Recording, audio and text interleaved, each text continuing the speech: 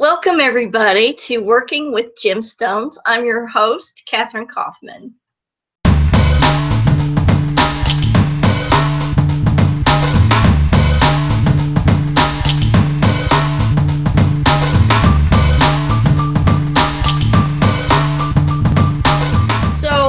When I'm working with clients, a lot of times I will suggest that they work with a gemstone. But not everybody knows how to use gemstones, and they'll ask me often, what do you mean work with a gemstone? So each crystal or gemstone kind of emanates its own natural energy, and how the healing takes place is we naturally entrain or adjust or synchronize to the energy of this crystal or gemstone. So when we're working with the gemstones, we can work with them in several different ways, and I'm going to give you a few of those today right now. Okay, the first and most popular way is just to sit and meditate and hold them in the palms of your hand.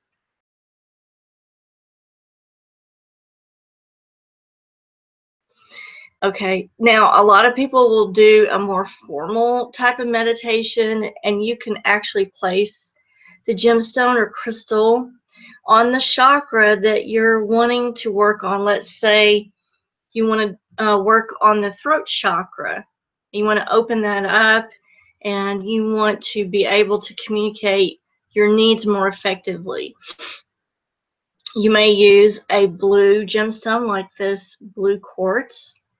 And during your meditation, you're going to meditate on things that you want to do to open this area up. You're going to want to visualize yourself with free-flowing speech, and you'll place that gemstone or crystal right over that chakra. So meditation is one of the biggest ways that we work with these gemstones, and it doesn't have to be over the chakra. You can simply hold it in the palm of your hand and do a meditation sitting up. You can also place or use these in a crystal grid. And a crystal grid is simply a geometrical shape that's on like a paper or a piece of cloth. And what you have is a central crystal, and then you have crystals on the periphery in a pattern laid down on this geometric shape.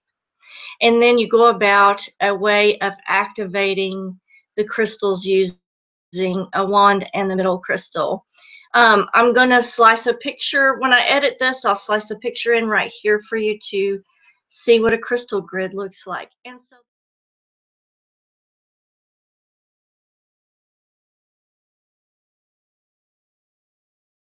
these grids are done with different intentions and different focus. Let's say you want to be more successful in business, and you want to do a crystal grid for that. And that's a type of working with crystals. What you would do is maybe take a central stone of quartz crystal like this. Okay, let's get a good, this is a cluster. Most people like to have the center of their crystal grid like a single gemstone or a single crystal, and that needs to be pretty large, like larger than the crystals that you're going to put on the outside of the crystal grid. I'll also put a link to how to do a crystal grid in the description box of this video as well. If you want to know more about how exactly to do a crystal grid, that link will be there, and it can take you over to the other video. So back to getting the crystal grid done for success, you would put the quartz crystal in the middle of the grid, and for example, you may run around the periphery with some peridot or some citrine, because that kind of stone is very good for business, success, and projects. Another way to work with these gemstones is to use it as personal protection in jewelry, or simply to carry it in your pocket. When we're using it for psychic protection, it needs to be somewhere around here, a little bit heart level, And you can even wear earrings that are protective. Any gemstone that is black is a protective type of mineral gemstone. Use that color specifically for psychic protection because it absorbs light. Now, pearl is not a gemstone, but we do use it kind of like a gemstone because, like, if I were wearing this for the day, I would be promoting peace and calmness, which is kind of what the energy that comes off of the pearl is. So if you want more success in business, you may want to get yourself a pair of citrine earrings or a citrine pendant, or maybe a green adventuring pendant and a pair of citrine earrings to bring that energy in. And that's another way that you can work with those on a daily basis.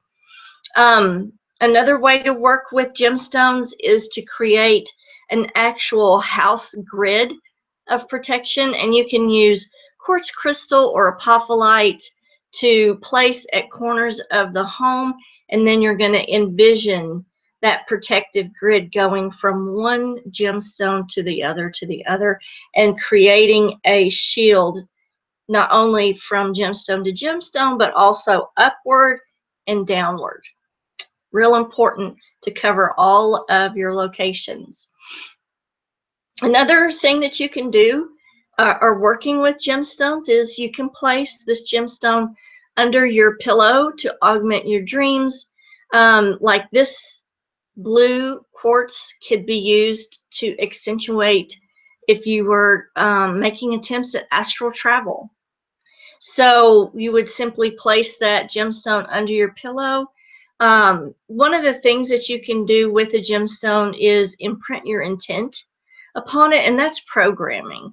And programming simply is communication from you to the object for imprintation of kind of what your goals are, what your objectives are.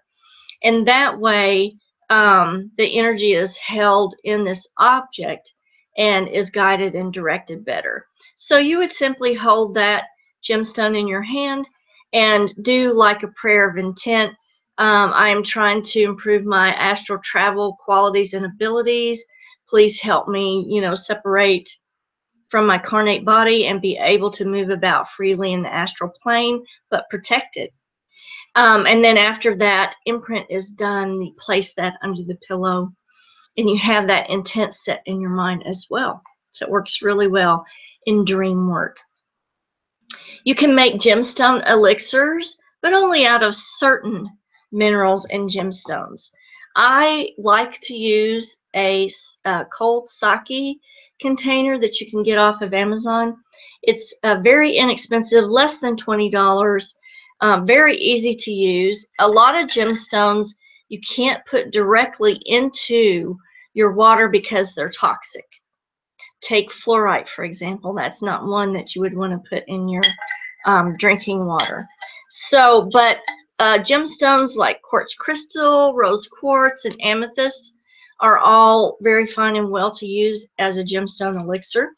But if you have some gemstones you want to use and they're not safe to put in water, you could get one of these and simply put that gemstone in the reservoir here in the little pitcher and then fill it up with water. Now the gemstone is going to imprint its energy on the water even though it's not directly in contact with it.